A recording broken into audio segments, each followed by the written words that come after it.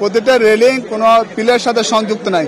যদি কোনো ভূমিকম্প হয় প্রতিটা ভবনের এরকম রাস্তার পাশে রেলিংটা এটা আনসেফ অবস্থা আছে, যে কোনো সময় এরকম আবার কোনো ইনজুর হওয়ার সম্ভাবনা আছে। আমরা পুরো ভবনটা এবং আশেপাশের ভবনগুলো আমরা সার্চ করি আর কোনো লোক আটকে আছে কিনা, এবং এই যাওয়ার পথে যে আপনাদের প্রতিবন্ধকতা সৃষ্টি হয়েছে যেখানে একটা আনসেফ কন্ডিশন, ওই অবস্থায় এটা আমরা অপসারণ করলাম।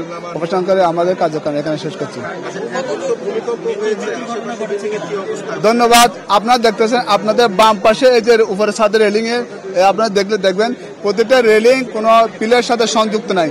যদি কোনো ভূমিকম্প হয় প্রতিটা ভবনের এরকম রাস্তার পাশে রেলিংটা এটা আনসেফ অবস্থা আছে, যে কোনো সময় এরকম আবার কোনো ইনজুর হওয়ার সম্ভাবনা আছে।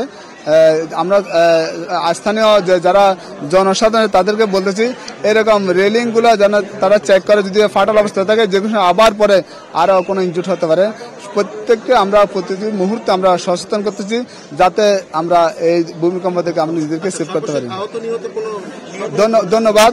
যে 3 জন লোক এখানে পথচারী ছিল তাদের উপর থেকে যে রেলিং এর ইটগুলো পরে তারা গুরুতর আহত হয়। এখন গুরুতর আহত অবস্থায় তাদেরকে মিটফুট হাসপাতালে স্থানীয় জন প্রেরণ করেন।